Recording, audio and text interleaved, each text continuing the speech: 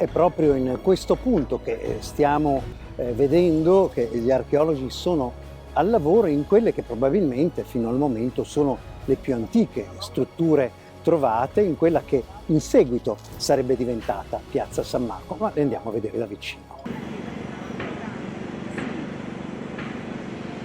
Sappiamo di aver intercettato l'area della chiesa e questo è un ritrovamento estremamente importante perché questo saggio ci permette di indagare una delle chiese più antiche di Venezia e anche una chiesa estremamente importante perché era una chiesa alla quale i dogi dei primi secoli di Venezia erano molto devoti, tant'è che appunto nonostante i cambiamenti urbanistici che hanno interessato la piazza nel corso dei primi secoli del Medioevo, è una chiesa di cui non si è voluta mai perdere memoria, è stata sempre spostata perché chiaramente i piani urbanistici prevedevano che qua ci fosse un'area scoperta, ma solo con Napoleone venne definitivamente demolita.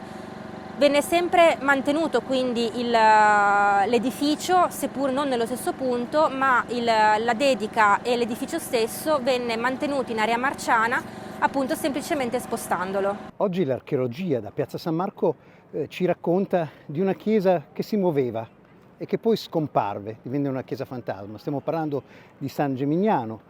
Qui si sta scavando e si stanno trovando quelle che probabilmente sono le prime strutture attorno a quella chiesa che si muoveva attorno a quella che nei secoli poi sarebbe diventata Piazza San Marco, fino ad arrivare laggiù in fondo, nell'area dove c'è l'area napoleonica, e scomparire di nuovo grazie a Napoleone nel 1807. Ebbene, quello che si sta trovando adesso rappresenta un'importante scoperta di quella che è la storia di Piazza San Marco prima che fosse Piazza San Marco. Siamo riusciti a intercettare anche una sepoltura a inumazione costituita da una serie di spallette perimetrali, diciamo di conformazione tipica medievale, altomedievale, all'interno della quale vi sono più individui, almeno 5, di cui al momento abbiamo riconosciuto una sepoltura femminile adulta e una sepoltura di bambino di circa 8 anni.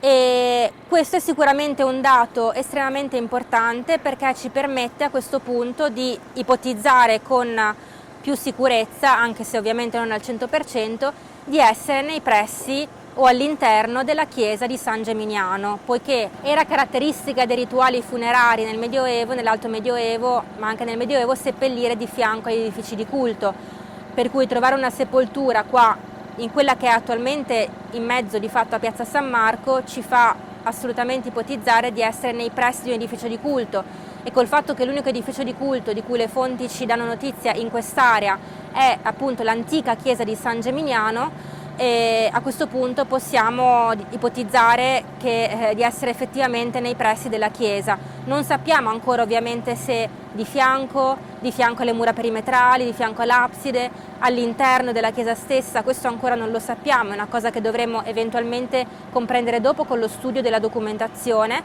e con l'allargamento anche dello scavo. All'interno di questa sepoltura possiamo vedere una situazione complessa, in cui si possono vedere sia degli individui ridotti, 3 crani che sono stati disposti e avvicinati lungo le pareti e le spallette della sepoltura. Questa pratica della riduzione consiste che nel momento in cui i soggetti inumati che erano stati all'interno della sepoltura vengono, nel momento in cui sono completamente scheletrizzati o in parte scheletrizzati, ridotti, quindi spostati lungo le pareti della sepoltura per far posto a nuove inumazioni. In questo caso possiamo vedere ancora nella sua posizione primaria, quindi nel suo luogo di giacitura, un individuo subadulto, un bambino di circa 8-10 anni che è ancora nella sua posizione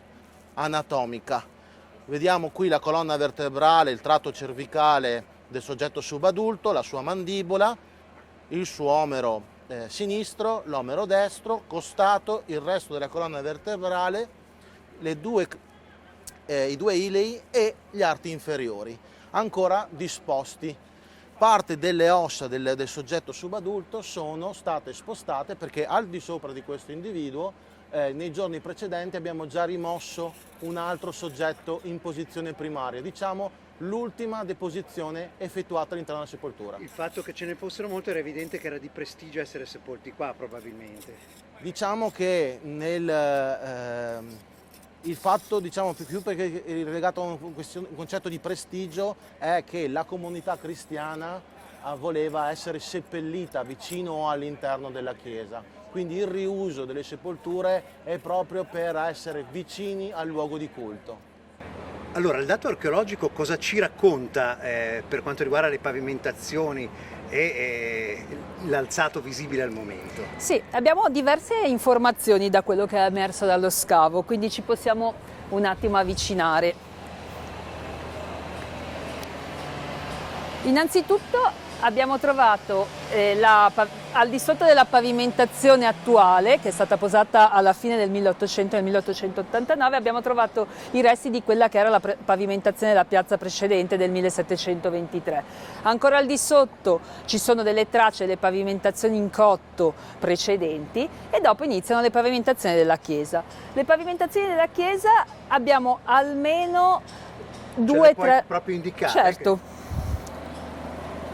L'abbiamo già in parte. Questo strato qua era una pavimentazione alla veneziana che si estendeva in quest'area, conservata in maniera lacunosa però estesa. Purtroppo non avevamo il rapporto diretto con i muri in quanto l'intervento dell'Ottocento del Berchet aveva asportato il rapporto diretto, ma al di sotto avevamo questa pavimentazione rossa che pur se molto residuale era estesa anche questa in quest'area e soprattutto nell'ambiente verso nord ne abbiamo un lacerto che va esattamente in appoggio al muro e quindi abbiamo che sicuramente era la pavimentazione della chiesa.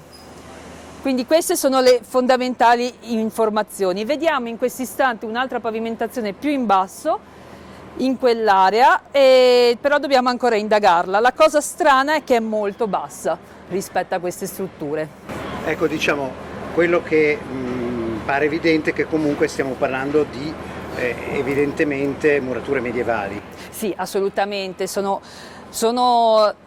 in assoluto le strutture più antiche che abbiamo trovato in tutti, questo è l'8° saggio che facciamo, quindi in tutta la piazza sono le strutture più antiche che troviamo, quindi sono strutture alto medievali.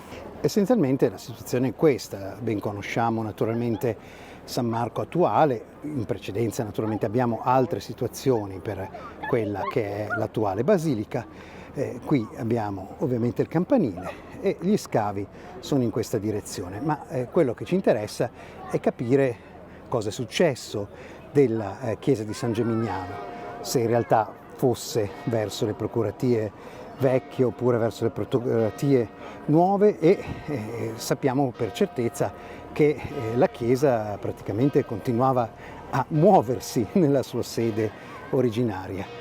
Quello che viene scavato, dove stiamo vedendo questi teli di cantiere, naturalmente è una possibile ubicazione della chiesa che doveva essere proprio in centro a quella che poi sarebbe diventata l'attuale grande piazza San Marco. L'unica certezza assoluta che abbiamo è che in fondo, dove l'ala napoleonica va a raccordare le procuratie vecchie con quelle nuove, c'era la chiesa di San Gemignano costruita dal Sansovino.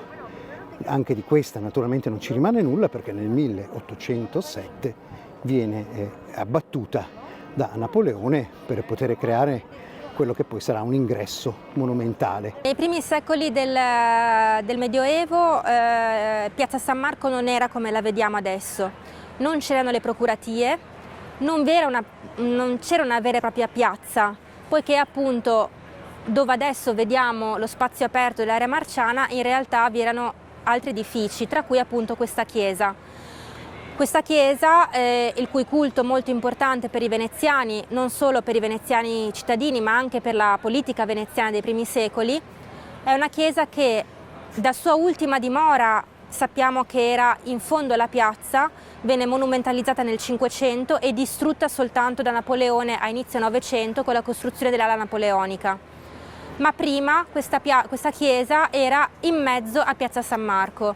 Non sappiamo esattamente se in origine fosse più verso le Procuratie Nuove, più verso le Procuratie Vecchie, dove siamo noi adesso.